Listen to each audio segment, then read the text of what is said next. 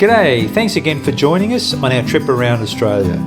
For those of you who are new to the channel, we've been travelling for over 86 days now and we've travelled 16,300 kilometres.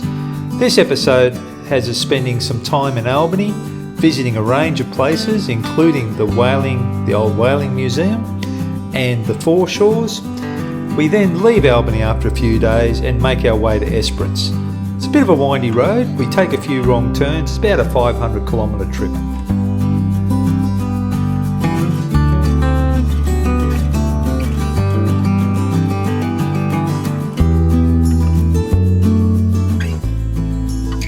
We're out early because we had a lot of things to see in Albany over the 3 days, and this morning we're off to see the Albany Whaling Station Museum.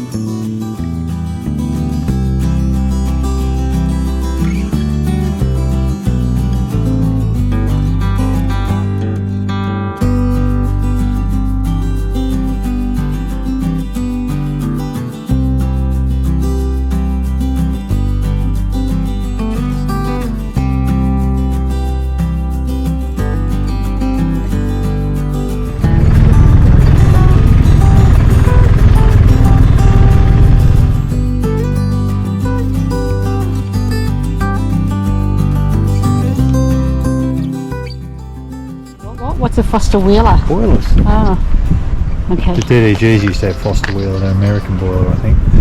Okay, Craig's excited. We've got Foster Wheeler boilers. Oh, the old DDGs had that.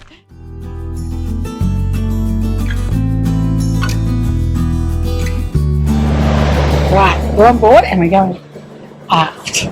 There's my technical Navy coat. Chief engineer. There you go. Pretty flash, almost as big as my cabin watch.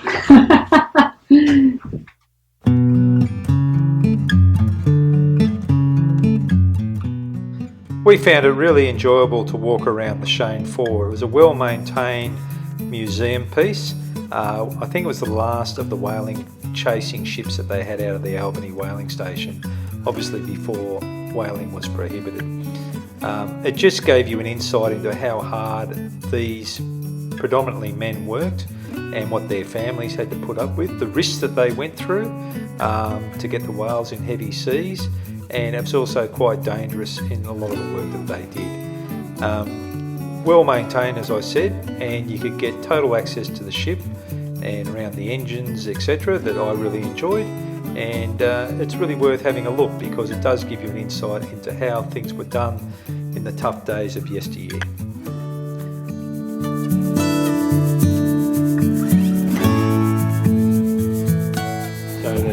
Even ships used to have an open bridge, the warships. So do they call down into that? Voice pipe.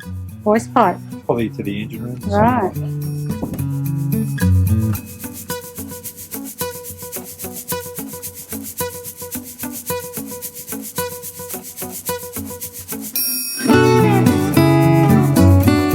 When I was a kid, I was lucky enough that my parents took us across to WA and we did tour the station while it was actually operational. And we came across this glass buoy, like a crystal ball with whale stomach contents inside it due to the deep pressures that the whales dive to. And it was pleasing to see it was still there some 30 or 40 years later. This is the actual deck where they first started to cut up the whales when they brought them ashore before they started to process them. And the photos show a real bloody, smelly mess, and it's nothing like that today, but it must have been horrid in its day.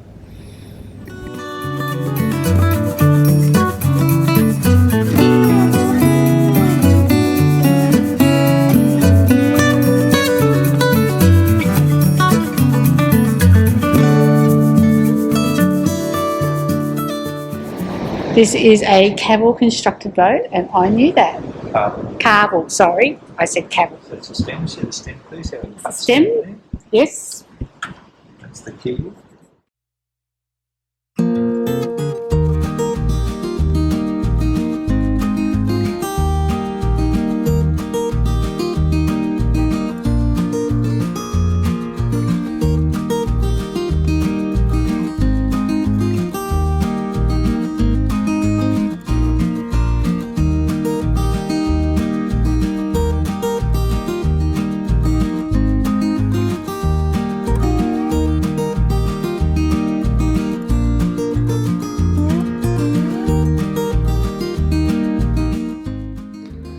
This beautiful collection of black and white photographs was taken by the late Ed Smith.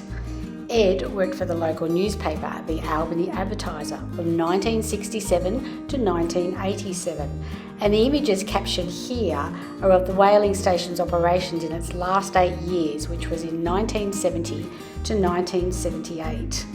There is also a book that's been published which gives the history of the station and all of Ed's images, and that can be purchased at the gift shop from the whaling station.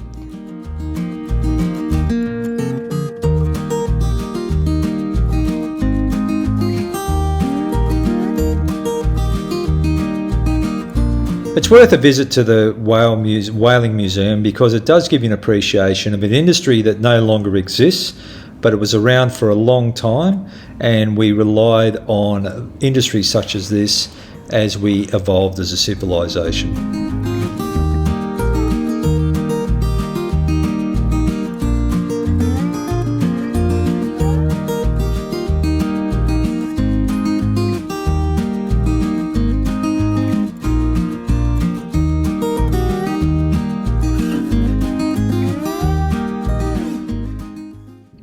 The National ANZAC Centre, well worth the visit and a beautiful memorial to all those lost in the war.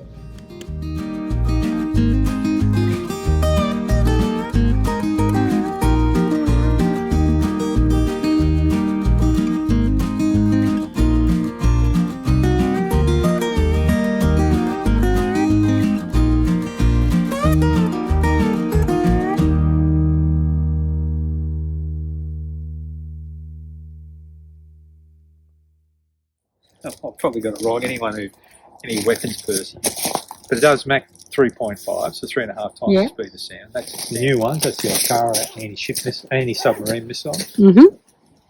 Torpedo. It's just able to fly a little bit further before the torpedo detaches. Big ones. Big ones are an old 4.5-inch turret, twin turret that they used to load manually inside the turret. They're all automatic now, of course.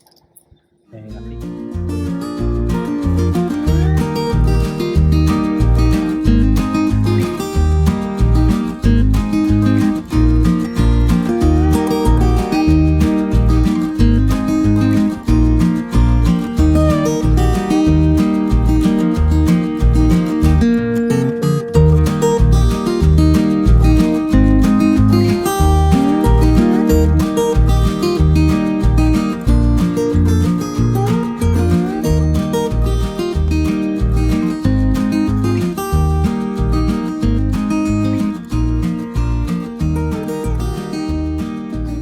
the ANZAC Centre Museum in Albany. I think the centre itself is very, very good, very technical, very well documented. Learn a lot more about World War One, all the different theatres and things that went on. A fair bit of naval memorabilia here. It'd be nice if they labelled everything a bit more though. For example, I'm assuming this comes from HMAS Perth, but you can't be sure. But they've got some old 4.5 turrets and a few other things. And yeah, it's good. And you got to, as a veteran, you actually got a discount, which is.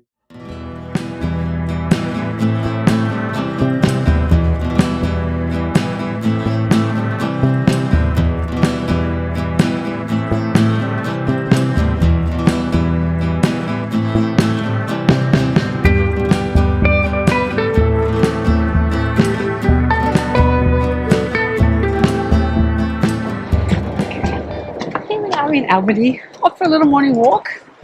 We're just going to walk up to the little whaling lookout point. We might have a bit of a chat and tell you all about Albany, how great it's been.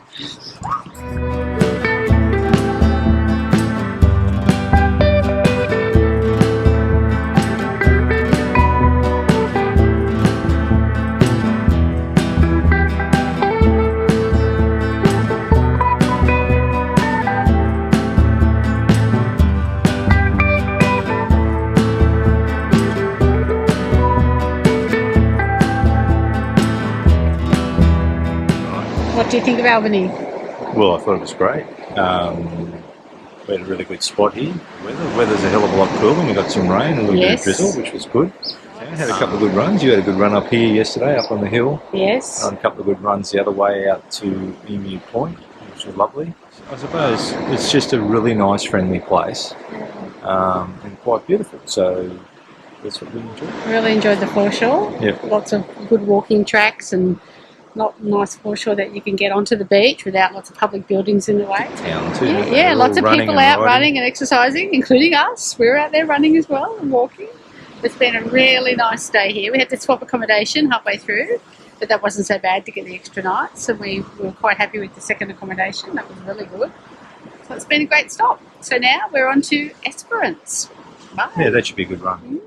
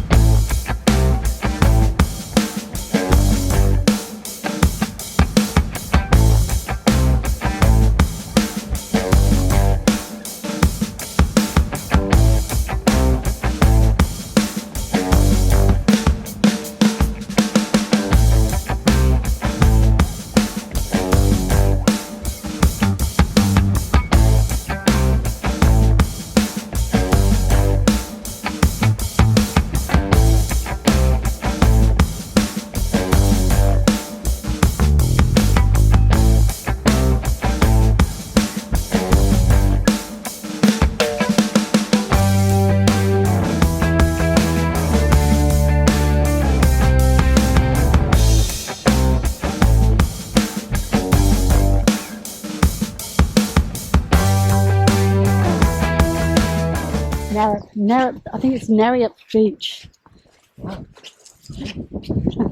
That's an opportunity. Here we are, Narrowup Beach. We've taken a wrong turn and we've ended up on the water. And we're meant to be inland. So we're going to stop and have a look. Enjoy the view. Got some lovely ladies out bike riding who've given us some directions. This is beautiful. So at least if you take a wrong turn, it's good to go somewhere very pretty. Beautiful. You got sort of fresh water. Yeah. Shoot, that opens up. Probably opens up. Nice wrong turn.